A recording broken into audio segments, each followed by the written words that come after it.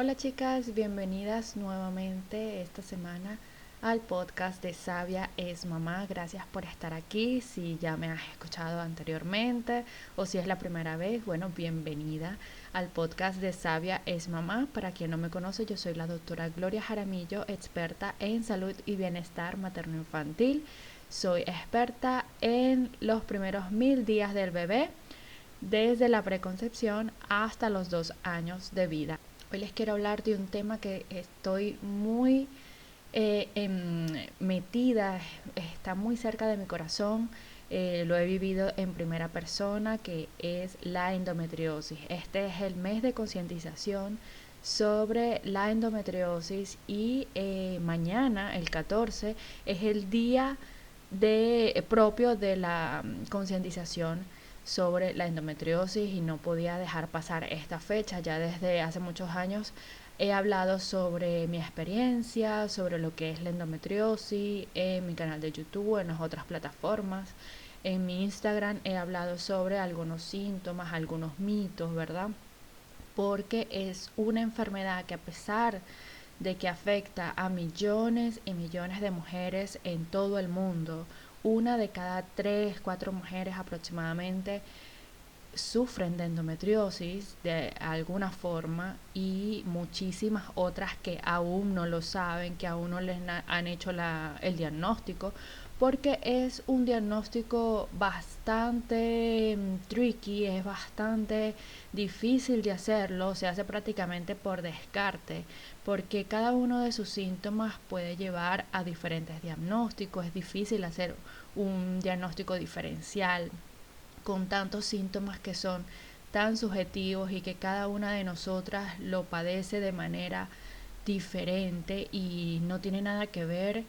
eh, Esos síntomas muchas veces no están relacionados o no son proporcionales a el daño interno que pueda estar causando la endometriosis como tal. Entonces es bastante difícil, prácticamente hasta que no llegas a una cirugía, que esta puede llegar hasta 10 años después de todo un recorrido, de todo un viaje diagnóstico y de todo un padecimiento, de haber descartado enfermedad tras enfermedad, de haber insistido, porque muchas veces, como es una enfermedad relacionada con el ciclo menstrual, con la menstruación, sí, hay mucho machismo, mucha misoginia detrás de lo que es esto, ¿no? De lo que es nuestro padecimiento,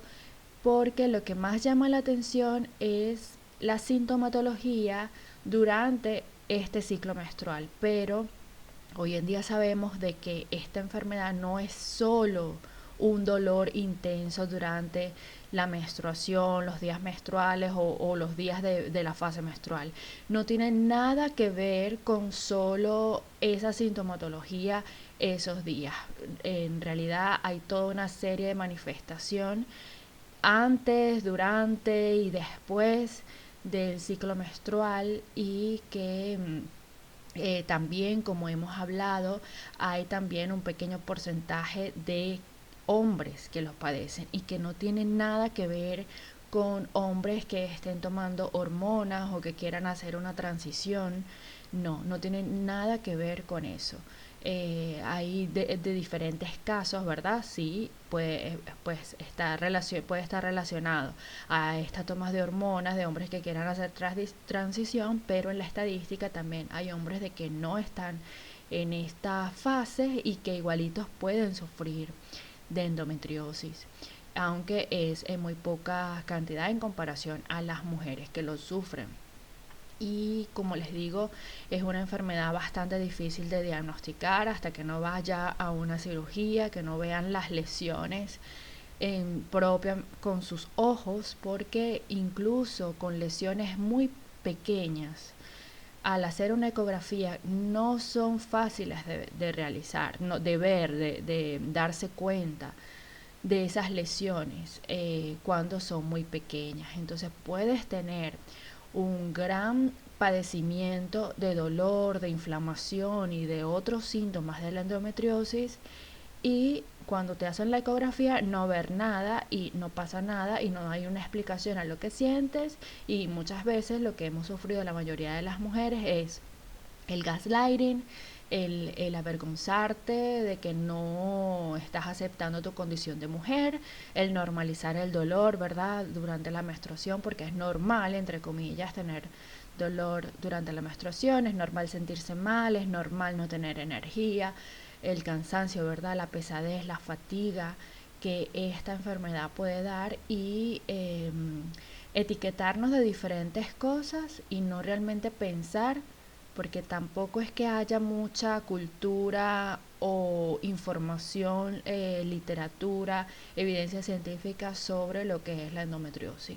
Entonces, cuando vamos a nuestros ginecólogos posiblemente o ginecólogas, posiblemente no tenga tanta información sobre lo que es la endometriosis y sobre todo información actualizada, porque hoy en día puede que se escuche un poco más sobre lo que es la endometriosis, pero antes no.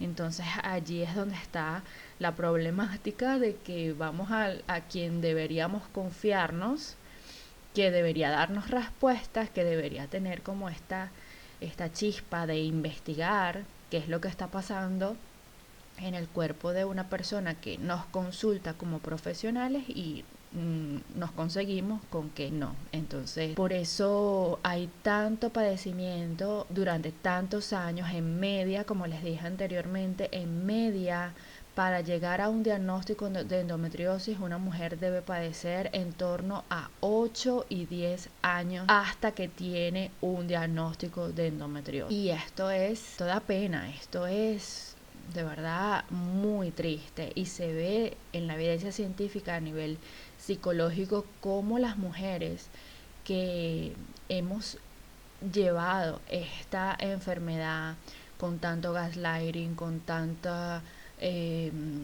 avergonzándonos de lo que sentimos, el no tener respuesta, tantas cosas, todo ese padecimiento, cómo está relacionado. Mientras más tiempo lleve hacerte el diagnóstico, más riesgo y más probabilidades tengas de desarrollar una enfermedad mental, claro, porque estás viviendo todo esto, a lo que se transforma al final en síndrome de estrés postraumático, porque no, acuérdense que no es el hecho como tal lo que nos causa el trauma, sino la falta, o sea, cómo no podemos procesar esto, porque no entendemos qué está pasando con nosotras, no entendemos qué está pasando con nuestro cuerpo, y eso el cuerpo y el sistema nervioso no sabe cómo procesarlo, no sabe cómo manejarlo, y esto es lo que causa trauma. Entonces esto nos lleva a depresiones, a problemas de estabilidad de la ánimo. Es muy importante el apoyo, y por eso yo me aboco tanto a hablar sobre este tema, porque hay tantas mujeres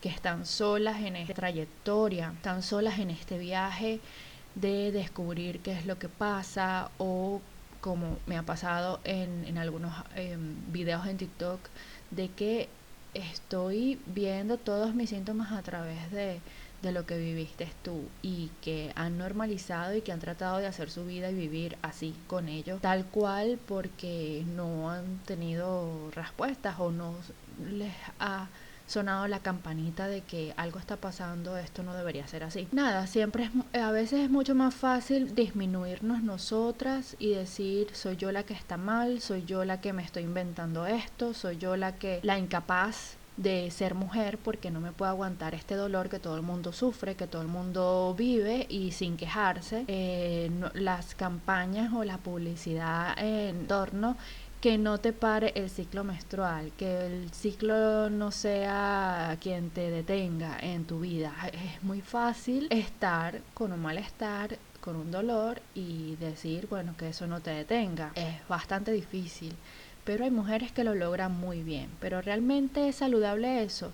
Yo creo que no, porque igual el cuerpo, tú misma le estás haciendo gaslighting a tu cuerpo, a tu mente, y eso igualito no lo estás procesando de manera, por el solo hecho de decir lo voy a procesar de manera positiva o voy a hacer como que si no existe, no significa que eso vaya a ser así para tu cuerpo. Igualito lo vas a guardar, tu sistema nervioso lo va a registrar y tu cuerpo lo va a sufrir como un trauma. Así tú hagas como si nada. Esa es la cuestión de la endometriosis, que va mucho más allá de solo un ciclo menstrual. E incluso se han visto casos que está instaurado un tejido similar al endometrio, porque recordemos que el endometrio es una capa que está dentro del útero, en las paredes, que recubre la parte interna del útero, y es allí donde durante nuestro ciclo menstrual él se engruesa o disminuye según nuestro ciclo, respondiendo a las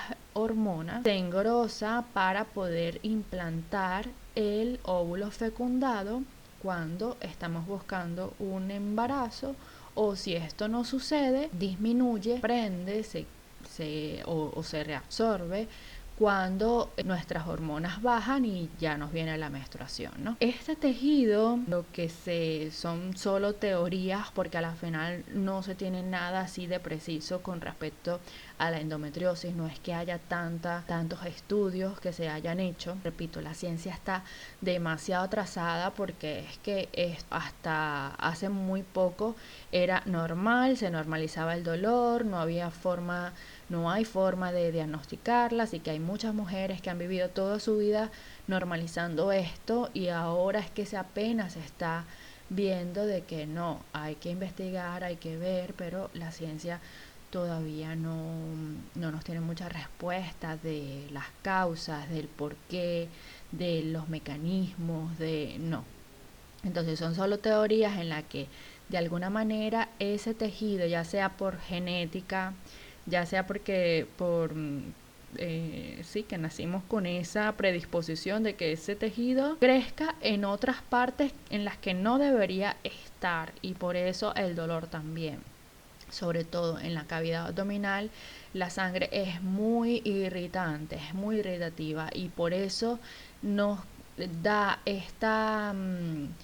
este estímulo de dolor tan intenso, porque es algo que no debería estar ahí, y que a la final hay una cantidad sí, puede haber sangre allí, ¿no?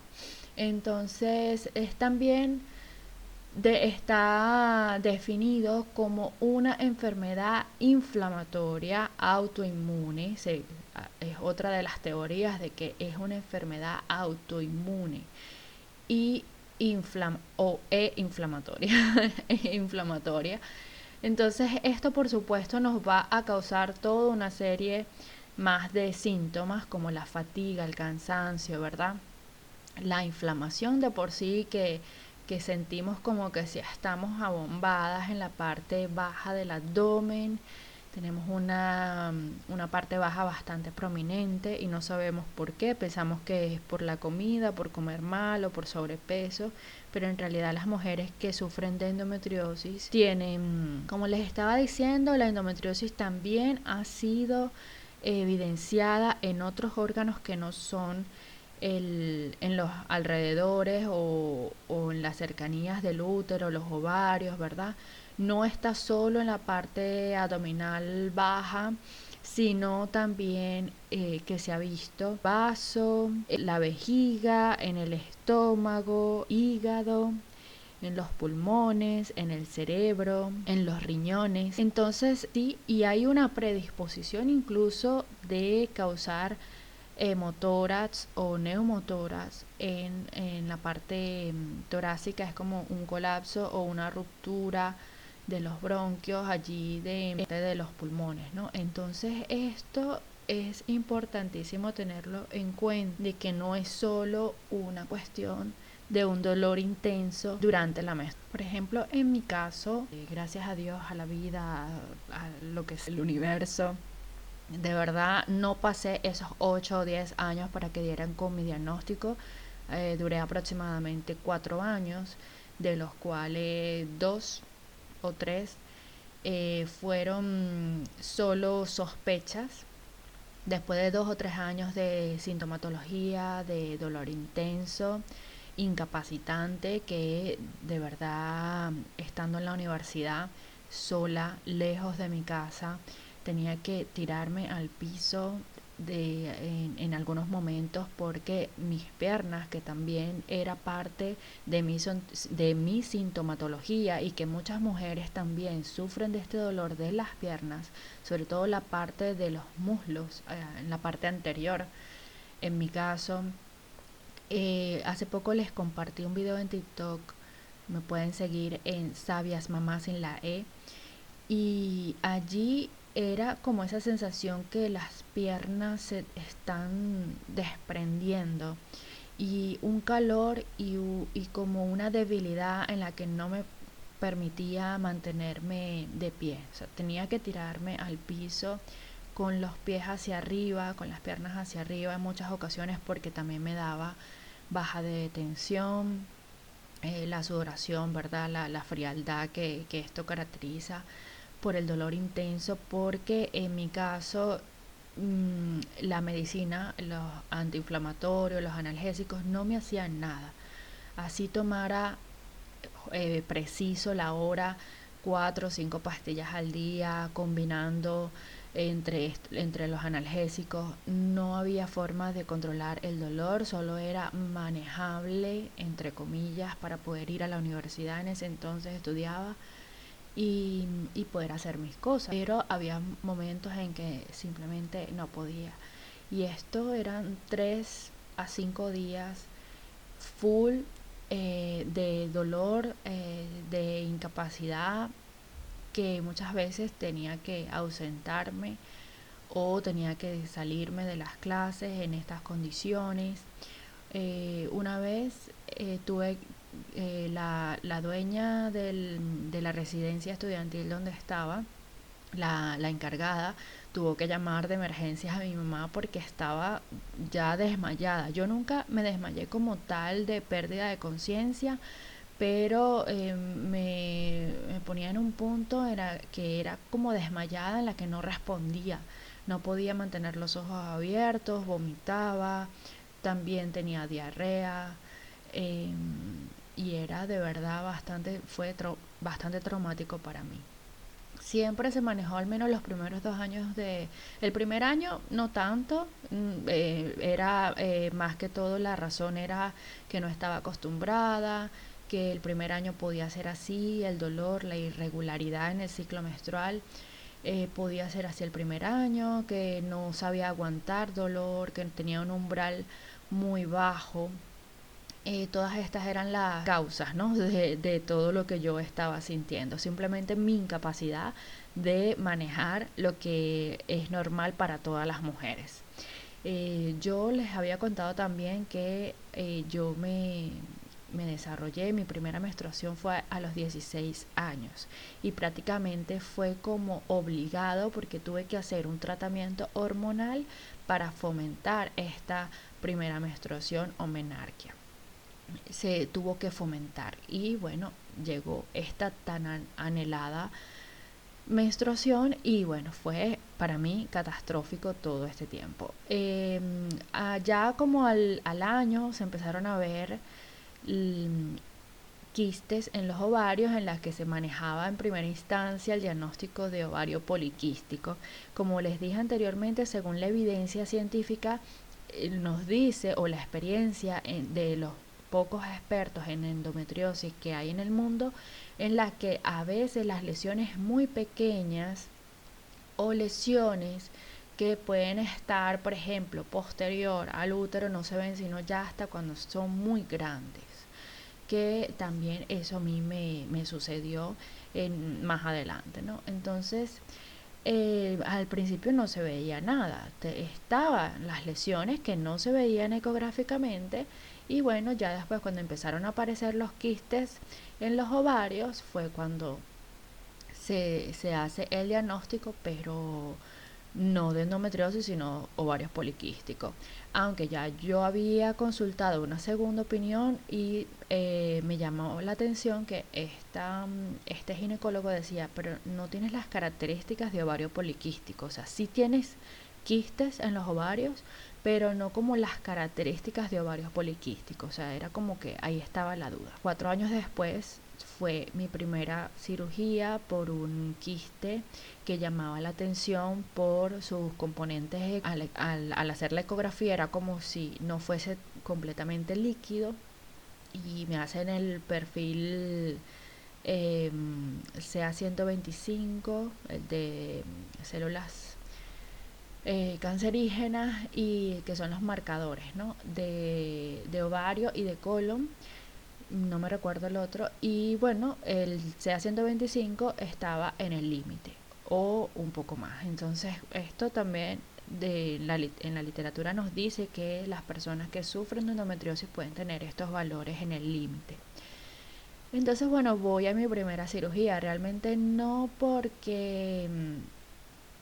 otra cosa, sino porque llamaba la atención este quiste y los marcadores y también el tamaño.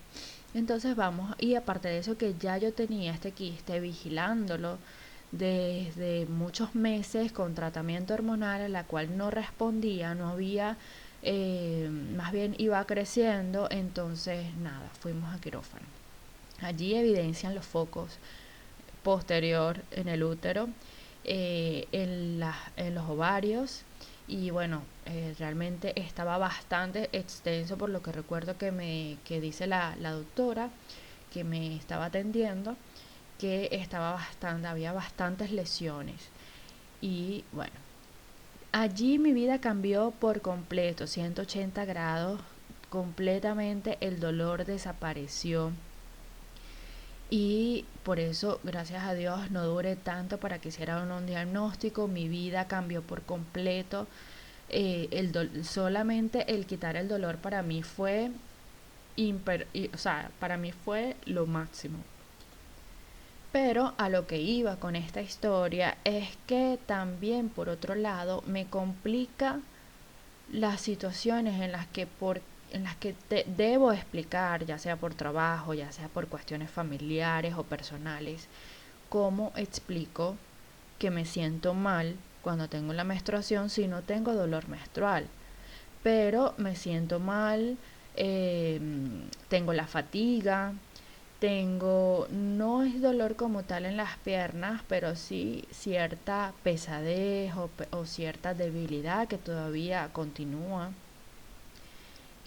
Tengo, en vez de dolor o dolor de vientre o calambres menstruales, como le quieran llamar, se sustituyó a un dolor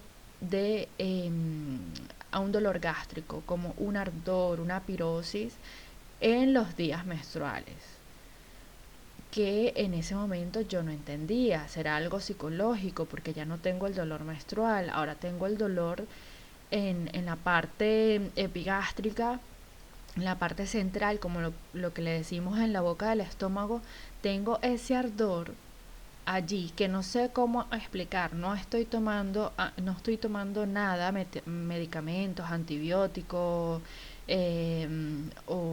o analgésicos, que sabemos que pueden ser gastrolesivos, que irritan la mucosa gástrica. Y o sea, no estaba relacionado a nada de eso. ¿Cómo podía ser que ahora tengo estos dolores, no?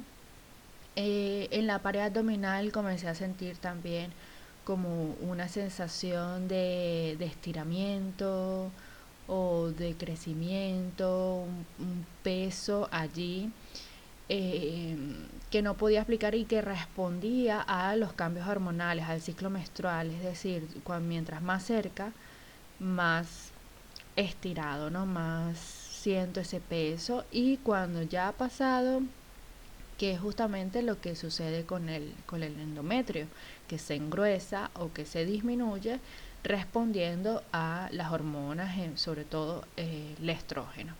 Entonces, esto, lo que puede ser que haya sucedido es que haya emigrado, que se haya ido ese endometrio. Puede ser durante la limpieza, durante la quema de los focos, puede haber una migración de ese tejido endometrial a otras partes. Entre estos también cómo puede migrar incluso a los órganos que ya les había dicho por diferentes mecanismos, pero también dadas por esta cirugía. También empecé a tener problemas o ardor para orinar y no está relacionado con una infección, simplemente por la misma inflamación o probablemente una, una implantación de este endometrio que se puede dar también en diferentes casos. Las diarreas mejoraron muchísimo en el sentido que las mías eran más como respuesta vagal por el dolor y también los vómitos. Esto completamente se quitó al quitar el dolor, pero quedan como unas evacuaciones pastosas porque son dadas realmente por la inflamación, que esto también puede pasar de la parte abdominal, la parte intestinal. Entonces, eh, como venimos diciendo, no es una cuestión solo de dolor, no es una cuestión solo de quitar el dolor, el objetivo de una cirugía no es solo quitar el dolor, y muchas veces la cirugía nos puede traer otras cosas, como en mi caso, hay mujeres que ni siquiera les quita el dolor la cirugía, o que al año ya tienen nuevamente toda la sintomatología como que si no les hubiesen hecho nada. Entonces, por eso es tan importante este día de la concientización, el mes de la concientización, y yo repito todos los años, repito y repito, bueno, trato de variar un poco, pero sí, porque es muy importante mientras más hagamos el llamado de que debemos seguir investigando, que hayan fondos para seguir investigando o para iniciar nuevas investigaciones en mujeres, conseguir una causa, conseguir una cura, aunque recientemente no conseguí, perdí la fuente, perdí la noticia, pero lo había leído de que había en el horizonte un tratamiento. Y esto es importante porque hasta ahora no hay cura, la cirugía no es curativa. Entonces necesitamos seguir alzando la voz y nosotras seguir insistiendo de que se nos dé un diagnóstico, de que se nos den respuestas. Si quieren hacerte gaslighting, si quieren darte mala información para que te quedes tranquila y te quedes callada, encerrada en tu casa padeciendo este calvario, no lo aceptes, no lo hagas. O sea, sigue buscando, sigue insistiendo, porque necesitamos eh, respuestas, y que no solo por nosotras, tal vez no veremos esos tratamientos, o lo veremos ya cuando seamos muy viejitas, pero por nuestras hijas, por nuestras otras generaciones, necesitamos que, que no padezcan esto, todo lo que hemos vivido, ¿no? En diferentes formas. Y bueno, les quería hablar también con respecto a las causas, ¿no? Según la Organización Mundial de la Salud, hay, como les digo, son teorías, porque no hay nada como así preciso de que sea así, y se cree que son diferentes mecanismos, diferentes formas de que suceda, y pueden estar todas combinadas o puede ser solo una en la que te esté afectando, de las que se haya causado el endometriosis en ti. Por ejemplo, la Organización Mundial de la Salud habla sobre tres mecanismos o tres causas, que son los que se maneja actualmente. Menstruación retrógrada, que durante la menstruación la sangre menstrual que contiene las células endometriales fluya hacia atrás, en vez de salir por el cuello uterino hacia afuera, a la vagina hacia afuera durante nuestra menstruación. Esta sangre no baje, sino que vaya hacia atrás, que fluya hacia atrás, hacia las trompas de falopio, y alcance la cavidad pélvica. Entonces allí pueda depositar esas células similares al endometrio fuera del útero, en el ovario, pared abdominal, en la vejiga, en las vías urinarias, en todas partes que esté por allí donde puedan implantarse y crecer. Entonces responde igualmente al endometrio que está dentro del útero, la que está afuera también va a responder a ese ciclo menstrual, a ese estrógeno, en la que se va a engrosar y va también a reabsorberse o sangrar. Entonces esto es la irritación que tenemos, el dolor que tenemos intenso, ¿verdad? Esa irritación que hay en ese lugar que nos lleva a que duela intensamente. Y bueno, esto también hace que no siempre se pueda ver ecográficamente, depende del grosor que vaya a tener, lesiones superficiales, pequeñas, no son fáciles de ver ecográficamente, entonces no significa que tú no tengas nada, que te lo estés inventando. Esto puede pasar, este sería como la primera causa, el primer mecanismo. El otro sería por metaplasia celular, que es un proceso en el que las células adoptan una forma distinta.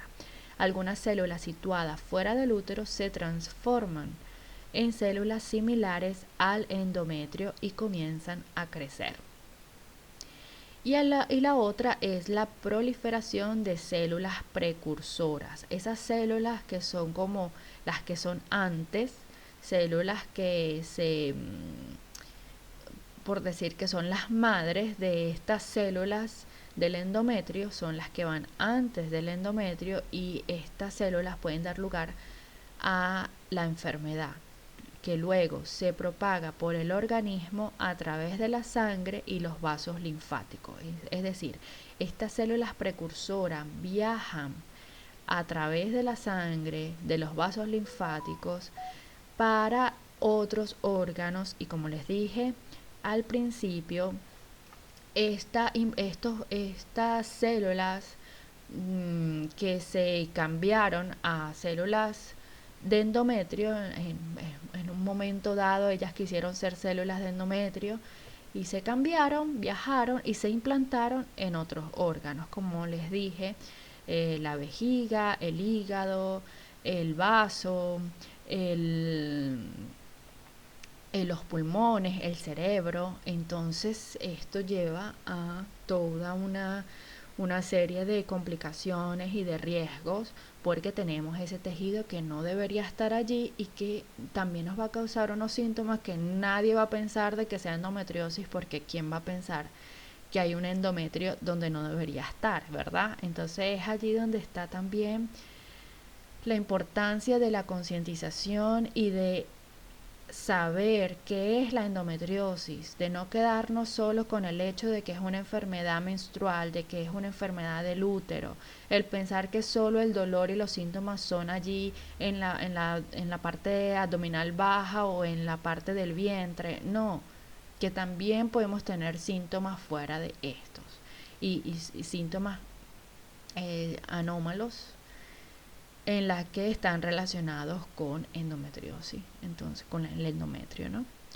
Entonces es muy importante por eso la concientización, el repetir las cosas, y bueno, yo las invito a esto justamente, el llamado a que debemos buscar respuesta, debemos dar también nuestro aporte, hablar de nuestra experiencia. Eso también nos va a ayudar con el procesar el trauma instaurado en nuestro cuerpo por ese gaslighting mecanizado que nos tienen, sistemático, ¿verdad? De repetirnos lo mismo que está solo en nuestra mente, de que lo estamos inventando, de que nos estamos quejando por cosas normales y etcétera, etcétera, ¿no? Eso nuestro cuerpo lo instaura como trauma, y debemos también sanar eso, procesarlo, ¿verdad? Ayudar a nuestro cuerpo con eso y aprender a escuchar qué necesita nuestro cuerpo. Está cansado,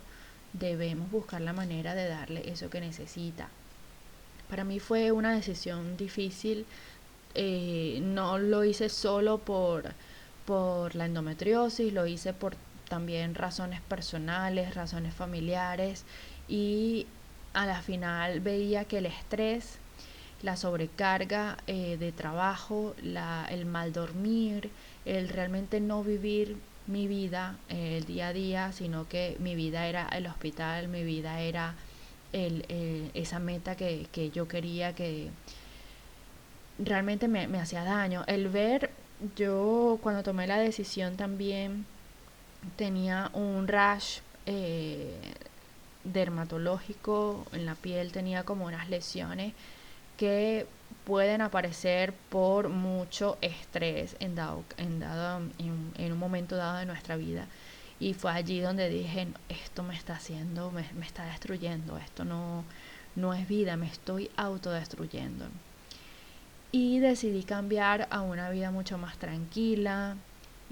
Igual la vida del médico siempre va a ser estresante, así sea una consulta de especialista o de médico general o de sea lo que sea, siempre es estresante, van a haber diferentes niveles de estrés, la vida en sí es estresante, pero sí bajé bastante la carga y el solo hecho también de poder dormir al menos 8 horas al día, que es lo recomendado, ¿no?, en la salud.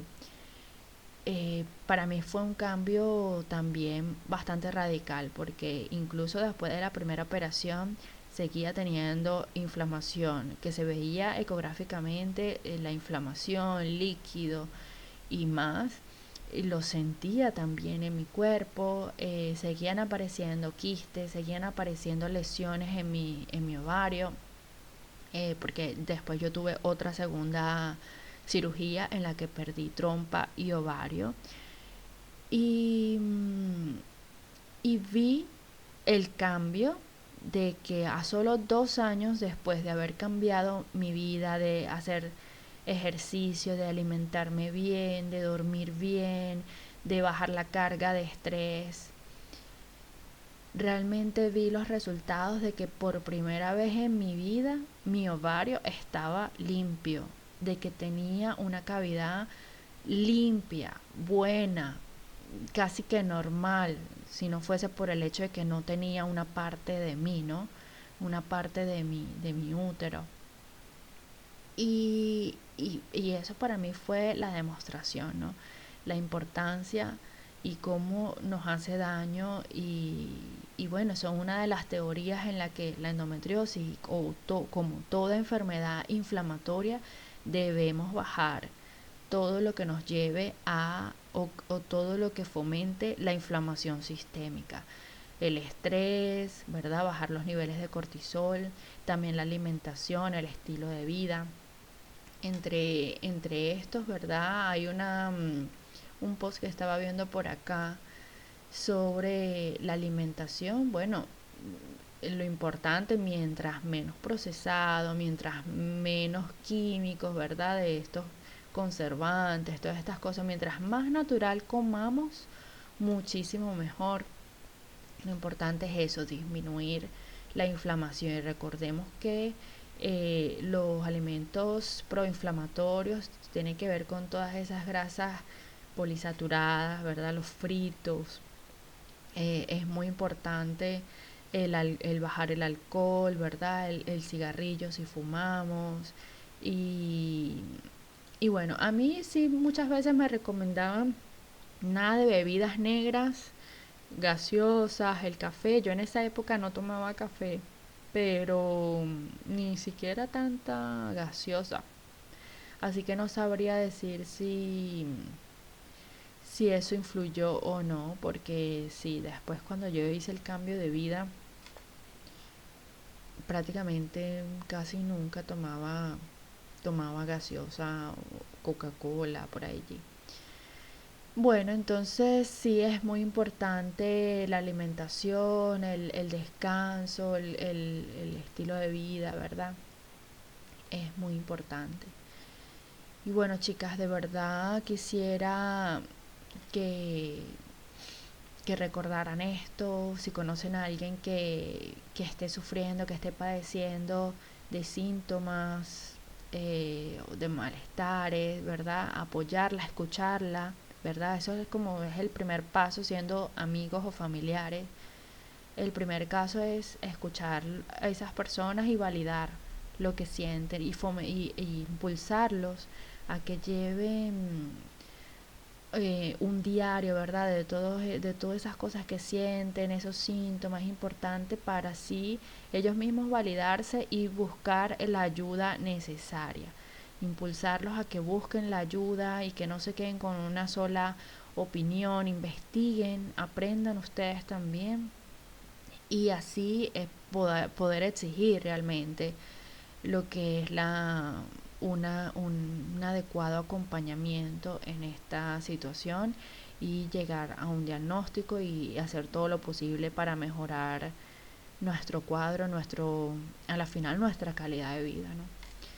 Déjenme en los comentarios qué opinan, qué sienten, si padecen esto, si conocen a alguien que lo padezca. Es importante compartir, me encantaría leer sus experiencias o si conocen a alguien, ¿verdad? Sería excelente y así cada una, todas leernos, ¿no? Entre todas leernos también. Recuerden que me pueden encontrar en Facebook, TikTok, como Sabias Mamás sin la E. Por Instagram, YouTube y Telegram, Sabia es mamá. Les agradezco mucho a todas las que ya me siguen a través de las redes y bueno, compartan a quien pueda necesitar escuchar esta información, a quien pueda necesitar aprender sobre esto, ¿verdad? Tal vez la anime a buscar ayuda. Y, y bueno, denle muchas estrellitas a este podcast, compartan. Recuerden que en Patreon están todos los niveles de suscripción, acompañamientos, cursos en línea, en video, acompañamiento personalizado o grupal de todos los temas de maternidad, desde la preconcepción hasta los 2 años de vida, los primeros 1000 días del bebé. Pueden conseguir todo allí en patreon.com/doctora Gloria. Casi se me olvida. Y bueno, nada, chicas, las espero la próxima semana con un nuevo capítulo.